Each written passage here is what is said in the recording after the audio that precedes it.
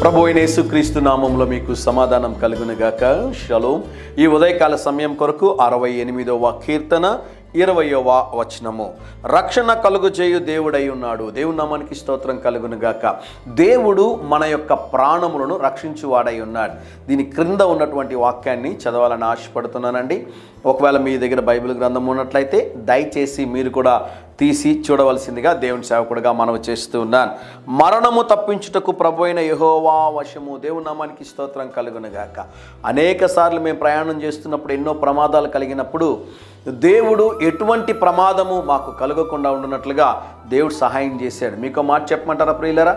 అనుదినము దేవదూతలకి అనేకమైనటువంటి పనులు దేవుడు అప్పగిస్తూ ఉంటాడు. అందులో ప్రాముఖ్యమైనటువంటి ఒక పని, దేవదూతల పని ఏంటో తెలుసా?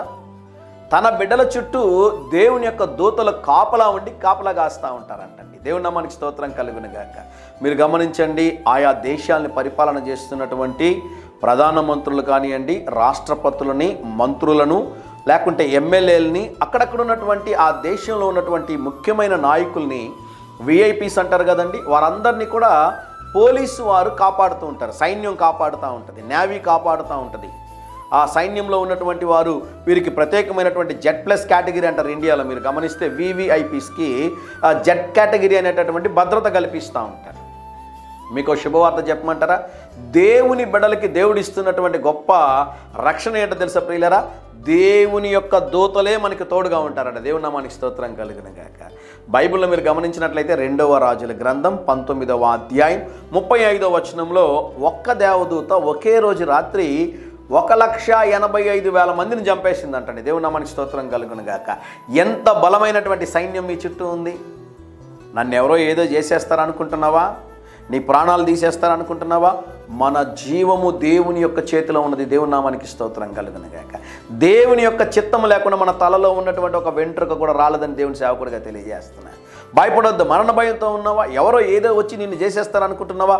ఎవరు నిన్ను ఏమీ చేయలేరు. కారణం ఏంటి అంటే నువ్వు యేసు ప్రభు శిలువ రక్తము చేత భద్రపరచబడి ఉన్నావు. దేవుని నామానికి స్తోత్రం కలుగునుగాక.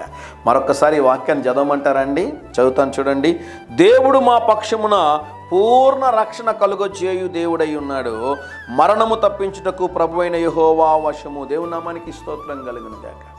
ధైర్యం తెచ్చుకోండి. మాటలను బట్టి ప్రభు సన్నిధిలో ప్రార్థన చేయండి. దేవుడు మీతోను మీ కుటుంబంతోనూ నిత్యము ఆయన సన్నిధిని తోడుగా ఉంచి మిమ్మును రక్షించి బలమైన కార్యాలు జరిగించునుగాక. ప్రియ పరలోకపు తండ్రి, మీరిచ్చిన ఈ శ్రేష్టమైన వాగ్దానము కొరకై స్తోత్రం ప్రభు. ఈరోజు మా ప్రియులు తలపెట్టుచున్న ప్రతి కార్యములో మీరు జయమును అనుగ్రహించమని యేసు నామములో ప్రార్థిస్తున్నాము తండ్రి. Amen, amen.